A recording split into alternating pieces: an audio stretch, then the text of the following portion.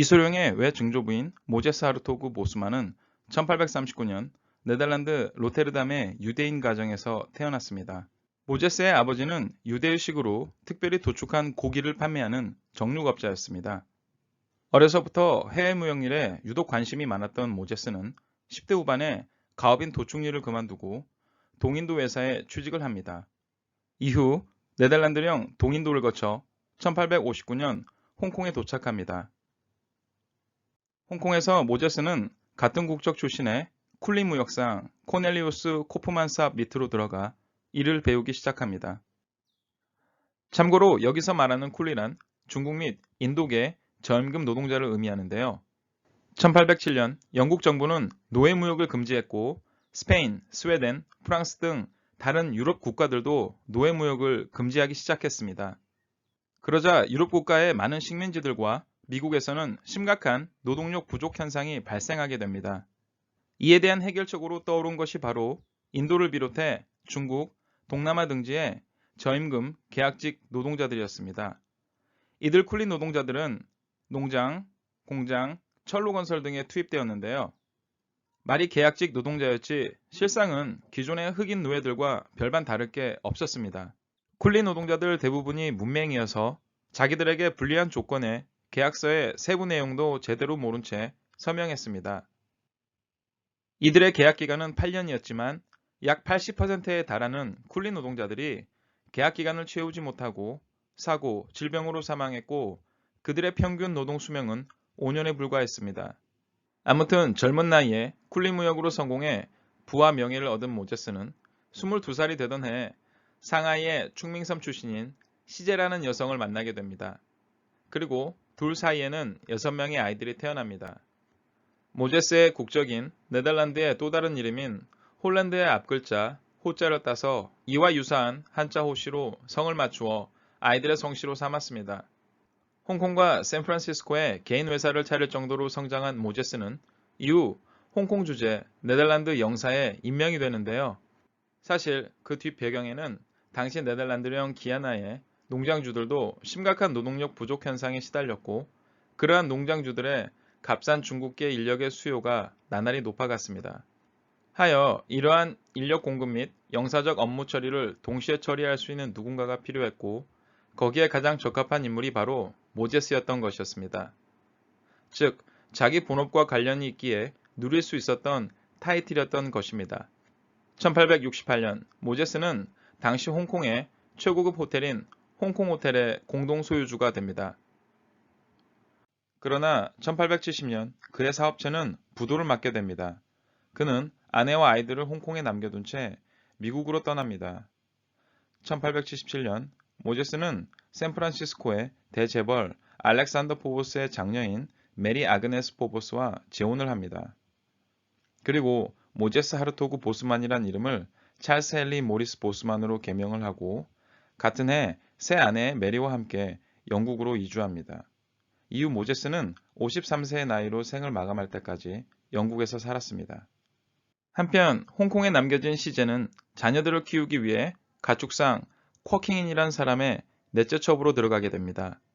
경제적으로 어려운 상황에서도 자녀들의 교육만큼은 게을리하지 않았던 시제는 자녀들을 당시 홍콩 최고 명문 센트럴 스쿨로 보내 영국식 교육을 배우게 했습니다. 이후 모제스의 세 아들들은 홍콩을 움직이는 거물들로 성장하게 됩니다. 장남인 로버트 호통은 동아시아 최대 무역 대기업인 자딘 매티슨의 총매판이 되었습니다. 호통은 보험, 해운, 부동산, 아편으로 재산을 모아 35세에 홍콩의 최고 갑부가 되었습니다. 참고로 매판이란 기존의 중국 상인들과 중국에 진출한 외국 상관, 영사관들과의 거래를 중개하는 상인을 의미합니다. 차남인 호푹은 1891년 큰형 호통의 제안으로 형의 회사에 취직하고 이듬해인 1892년 영국령 홍콩 정부로부터 치안판사로 임명되기도 합니다. 1900년 호푹은 큰형의 총매판 주기를 물려받습니다. 이후 1917년에는 영국령 홍콩 입법회 의원으로 지명되어 정계에도 진출합니다. 참고로 호푹의 친손자가 2020년에 타계한 마카오의 카지노왕 스탠리 호이입니다. 호통과 호푹은 규모가 커진 자신들의 사업을 도울 사람이 필요하여 다섯째 동생인 호금통을 고용합니다. 1900년 부총 매판이 된 호금통은 나중에 홍콩에서 두 번째 갑부로 성장하며 막대한 부를 쌓게 됩니다. 그런데 호금통을 유명하게 했던 것은 그의 돈 버는 재주가 아닌 그의 유별난 여성 편력이었는데요. 그는 19세에 결혼하였고 이후 총 13명이나 되는 첩을 두었습니다. 또한 상하이에서 몰래 영국인 여성을 첩으로 두었는데요. 그녀는 1907년에 호금통의 30번째 아이인 딸 그레이스를 출산합니다. 하지만 그레이스는 친모가 아닌 호금통의 13번째 유라시아계 첩인 청킹신에 의해서 길러졌는데요. 그레이스의 영국인 어머니에 대한 기록과 그녀가 무슨 이유로 그레이스에 대한 양육을 포기했는지는 자세하게 알려진 바가 없습니다. 대신 그레이스는 유복한 환경에서 엘리트 교육을 받으면서 성장했고 1935년 이해천이라는 광동 출신 경국 배우와 결혼을 하게 됩니다. 이둘 사이에는 입양한 첫째 딸 피비를 포함하여 총 5명의 자녀를 두었습니다. 그리고 그중 넷째가 바로 헐리우드 스타이자 세계적인 무술 배우인 이소룡입니다. 다시 정리해보면 유대인인 모제스의 넷째 아들이 호금통이고 그의 30번째 자녀가 그레이스이다. 그리고 그녀가 이소룡을 낳았으므로 결국 이소룡은 유대인의 피를 이어받았다라는 결론인데요. 하지만 이에 대한 반론도 만만치 않습니다. 모제스와 시제의 아들들 중에 외모가 달라도 너무 다른 호금통을 볼 수 있을 겁니다. 이로 인해서 오랫동안 호금통의 진짜 친부가 누구인지에 대한 의문은 자주 제기되어 왔고 모제스가 홍콩에 떠나 있었던 시기에 시제가 다른 중국인 남성과 매도해 얻은 아이가 호금통이다. 그러므로 호금통은 100% 중국인이다라는 설이 있습니다. 이러한 외모적인 차이로 인해서 호금통에게 항상 이부 형제라는 꼬리표가 따라다녔습니다. 여기서 말하는 이부 형제란 아버지가 서로 다르고 어머니만 같은 형제를 뜻합니다. 실제로 많은 호금통 관련 자료들은 그를 이부 형제로 소개하고 있습니다. 호금통을 이부 형제로 소개하는 사람들 중에는 호씨 가문의 사람들도 있는데요. 그중 하나가 호금통의 큰형 로버트 호통의 친손자인 로버트 호 박사입니다. 그의 공식 홈페이지에 그는 자기의 종조부 호금통을 이부 형제라고 소개하고 있습니다. 한 가지 예를 더 들어보겠습니다. 지금 보시는 사진 속의 건물은 1914년 호금통이 자신의 개인 용도로 세운 콤통홀이란 건물인데요. 그가 사망 후 그리스도 후기 성도교회는 1960년에 이 건물을 매입했습니다. 이후 2004년 홍콩 정부는 건물을 공식적으로 다시 매입하였고 보건공사를 거쳐 2006년 손중산 기념관으로 개관되었습니다.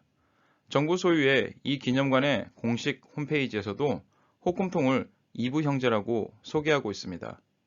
이는 호씨 후손들과 홍콩 정부는 호금통을 모제스의 친아들로 보고 있지 않으며 동시에 이소룡의 가계는 유대인과 무관하다는 뜻으로 해석될 수 있는데요. 이런 호금통 중국인설에 대해서 이소룡의 일대기 브루슬리 A Life의 저자인 매튜 폴리는 유라시안 형제들 사이에 나타나는 외모적인 차이는 흔한 현상이다. 그리고 이소룡의 경우도 다른 남자 형제들과 비교해서 중국인처럼 보이는 것도 이러한 이유이다 라고 언급하며 호금통은 모제스의 아들이 맞다라는 의견을 자신의 저서에 언급했는데요. 이는 호금통은 모제스의 피를 이어받았으며 단지 외모적으로 상이할 뿐이다 라는 말입니다. 그러나 매튜 폴리의 이런 주장에도 어폐가 있는 것이 호금통은 50% 유라시안이고 이소룡과 그의 형제들은 25% 유라시안입니다. 당연히 이소룡의 세대에서는 동양적인 외모의 후손들이 나올 확률이 높을 수밖에 없습니다. 이를 배제하고 호금통과 이소룡의 외모적 차이를 설명하는 것에는 다소 무리가 있다고 보여집니다. 이소룡 유대인설의 중요한 열쇠가 되는 호금통 중국인설의 진위는 사실 간단합니다. 유전학적 관점으로 볼 때 호금통이 정말 유라시안이라면 그의 13명 첩들 중에 순수 중국계 첩들로부터 분명 유라시안적 외모를 가진 자녀가 적어도 한두 명은 나왔을 게 분명하고 그러한 자녀들을 대중에 공개했다면 호금통이 모제스의 친자인지를 의심하는 사람들에 맞서 증거와 반박이 생기고도 남았을 겁니다. 아쉽게도 이를 증명할 호금통의 중국인 첩들과 그들에게서 얻은 자녀들의 정보는 제대로 공개된 것이 없습니다. 보시는 바와 같이 호금통의 가계에 대한 정보는 그의 유라시안 첩들과 그들의 자녀 것들만 공개된 상태입니다. 반대로 그의 형들의 가족에 대해서는 사진, 실명, 가계도 등 상세한 정보들이 공개된 상태입니다. 즉, 호금통은 재산, 측실, 후손도 엄청나게 많았던 반면 변변한 가족 사진 한 장을 남기지 않았다는 것입니다. 추측하건대 호금통의 중국인 첩들에게서 태어난 자녀들의 외모도 자기와 같이 중국인의 외모였을 것이라고 생각됩니다. 그리고 그 자녀들을 주변 사람들에게 공개하면 호금통 중국인서를 인정하는 상황이 올 것이 뻔하니 아예 유라시안 첩들과 유라시안 자녀들만 대중에 내세웠던 것으로 보여집니다. 그리고 만약에 모제스와 시제 사이에 태어난 형제들이 호금통을 대놓고 이부 형제로 취급했다면 이는 간접적으로 그들의 어머니인 시제의 혼외 정사를 인정하는 상황이니 호금통의 형제들은 호금통이 이부 형제인 것을 알면서도 오히려 친형제처럼 더 잘해주고 아껴주고 했던 것은 아닌지 하는 생각이 듭니다. 이소룡과 호금통의 생물학적 유대혈통 관련성에 대해서는 현재까지 의견이 분분한 건 사실입니다. 유전자 검사와 같은 증명이 이루어지지 않는 한 찬반 논란은 계속 이어질 듯 싶습니다. 이는 어디까지나 일반적으로 공개된 정보에 근거한 저의 추론이며 특정인의 인종적, 종교적 차이를 폄하하는 내용이 절대 아님을 밝히는 바입니다. 그러니 오해 없으시길 부탁드립니다. 각설하고 이소룡 유대인설의 결론을 말하자면 이소룡은 유대인과는 전혀 관계가 없습니다. 그 이유는 다음과 같습니다. 첫째, 현재 모제스의 묘지가 있는 곳은 런던의 브롬프턴 공동묘지입니다. 모제스가 유대인이었다면 당시 런던에 적지 않게 존재했던 유대인 전용 공동묘지를 놔두고 굳이 영국 성공의 소유의 공동묘지에 묻힐 이유가 없었겠죠. 그 이유는 단순합니다. 모제스는 영국에 정착 후 개종을 했습니다. 다음으로 이소룡의 아버지는 불교 신자였고 어머니는 카톨릭 신자였습니다. 또한 이소룡은 홍콩에 위치한 세인트 프란시스 자비어스 칼리지라는 전통 카톨릭 고등학교를 다녔습니다. 마지막으로 유대인의 사전적 정의는 다음과 같습니다. 유다지파의 일원, 기원전 6세기부터 서기 1세기까지 이스라엘 땅에 있었던 나라의 일원, 고대 유대인의 후손이거나 개종을 통해 연결된 사람, 종교가 유대교인 사람 등을 포함합니다. 그리고 전통적으로 유대교에서는 어머니가 유대인이 아닌 경우에는 자식을 유대인으로 인정하지 않습니다. 다시 말해 이소룡은 이러한 기준에 해당 사항 없음입니다. 이소룡은 선불교와 도교에서 영향을 받은 자신의 철학과 기존의 다양한 무술들의 단점을 보강하고 장점을 살려 절권도를 창시했다라고 밝힌 바 있습니다. 이처럼 이소룡은 특정 종교, 무예, 형식 및 사상 등에 치우치지 않은 개방적인 사상의 인물이었다라고 말하고 싶습니다. 오늘의 영상은 여기까지입니다. 지금까지 시청해주신 여러분들께 진심으로 감사드립니다.